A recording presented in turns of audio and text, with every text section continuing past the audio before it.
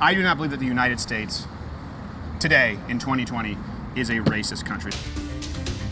New tonight, a Charlotte woman is speaking out after her business was vandalized in what she calls a racially motivated attack. WCNC Charlotte's Jessie Pierre is sharing her story and how she's inspiring others to keep pushing forward.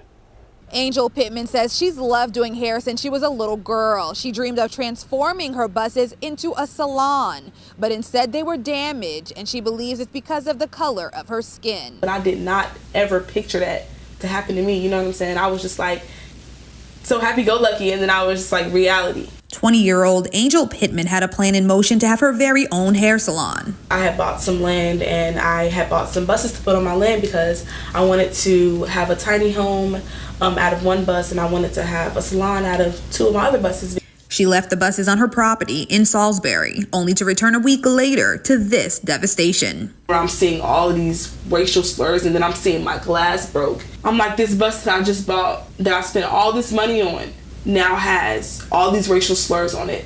I immediately start crying. While her family waited for the police, she noticed a few more things in the neighborhood that made her uneasy, like these statues in KKK robes. When I first went down there, they didn't have all them symbols, them Confederate flags, none of that stuff. They didn't have any of that stuff. She also recalled an uncomfortable encounter with someone in the neighborhood. No. He said, well, get the F off my lawn. We're not even on your front yard. We're on the street. He already was ready. He had his gun out. Whipping your gun out at somebody, that's dangerous. The man who had this encounter with Pittman claims to not have recognized them, which is why he acted that way. However, he says he knows who vandalized the bus.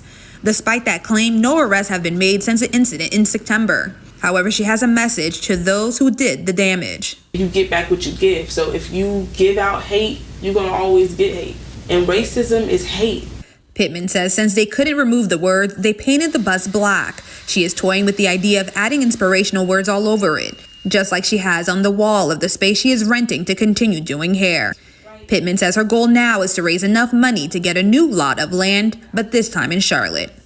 Jessie Pierre, WCNC Charlotte. At 5, a Charlotte woman brought to tears after a racial rhetoric now was found spray painted on her property. Well, she vows now to paint over the hateful speech and not to allow hate to win. Thanks for joining us for your news at 5. I'm Alicia Barnes. And I'm Morgan Francis. The video she recorded on the day she made the discovery is going viral. Queen City News reporter Will Lewis spoke exclusively to the 20-year-old entrepreneur as she plans her next move. November of 2022, and Angel Pittman was one step closer to realizing her dream. I own 3 buses, and what I was trying to do with them was I was trying to get a tiny home out of one of them and then use 2 of them to create my salon. With her parents' help, she bought a piece of property in Salisbury to park the buses. This is video when Angel went back to check on the vehicles and was recording a YouTube video to show people her vision. I cried for like a week and a half about the situation. And when I look at the videos that I post, I still kind of tear up a little bit. Like the fact that I'm able to even talk about this right now is making me tear up. I'm trying my best to hold it in. Racial slurs spray painted on the buses, derogatory names, and busted out windows. Pittman says it's a reminder hate still exists in the real world. The words that was on there just kind of like stabbed me in my heart because I was just like, that's not me. You know what I'm saying? That's not, those words don't define me. So why are you writing them on my stuff? The buses have been moved off of the property, and Angel has set up shop in South Charlotte. She says this wall here inspires her because instead of seeing all those words of hate every day, she gets to see words of love. Angel had to drive the buses off the property and says it was emotional as a Black woman driving with those words on the bus. And for each hateful word, support for her has been 100 times better. They was still giving me good words of encouragement and telling me, like, you know what I'm saying, keep your head up. You're going to get through this. Angel Pittman says this is not the way her story ends. I was ready for my tiny house and my salon to be right beside my tiny house. I was super excited. And I'm still excited, but it's just like it's going to have to go another way. Her family is looking to buy a different piece of land for the buses.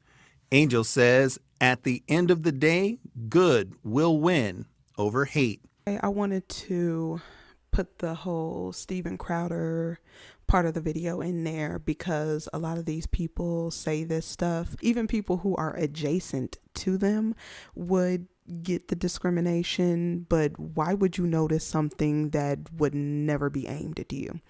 You sound stupid saying that.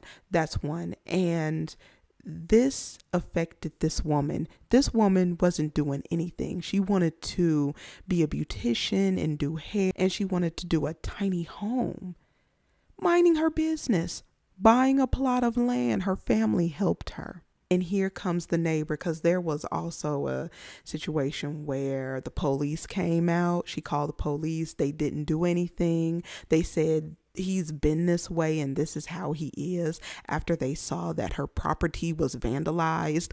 But yet, if it was that old man and somebody came on his property breaking anything, the person would have been arrested. Or the old man, if he had shot the person, would have been justified. But they tell her, oh well. This is what I'm talking about when something is so horrific, and the racism and people trying to turn a blind eye to this, and you have other black people trying to pretend like this doesn't affect anybody's life, and this affect this woman's livelihood. Where she lives, she has to uproot herself. And then furthermore, in articles, they said people were looking at her, scowling at her, as if she shouldn't have been in that town. And then other black people will say, well, she knew how it was, or she should have known, she should have looked into it. The excuses for evil ass people to be demonic and fucking devils. She should be able to, if this is such a progressive nation and there's no racism and it's racism free in 2023, then she should have been able to move where she want to. They basically put this woman's life in danger. She didn't know if somebody was going to come back and lynch her. She didn't know if they would burn her buses or whatever. The neighbor even said that was his sister's land, and she had to tell him that no, she bought that land, and they didn't like it. And because they didn't like it and they're colorless, they have the right to move people around or to scare people into leaving an area. That's sick. But America's not racist. But yeah, I'll go ahead and leave it right here before I get even more pissed off and start cussing more. Go ahead and drop a comment. Let me know what you think about this, and I will see you in the next one. So I don't believe the United States is a racist country.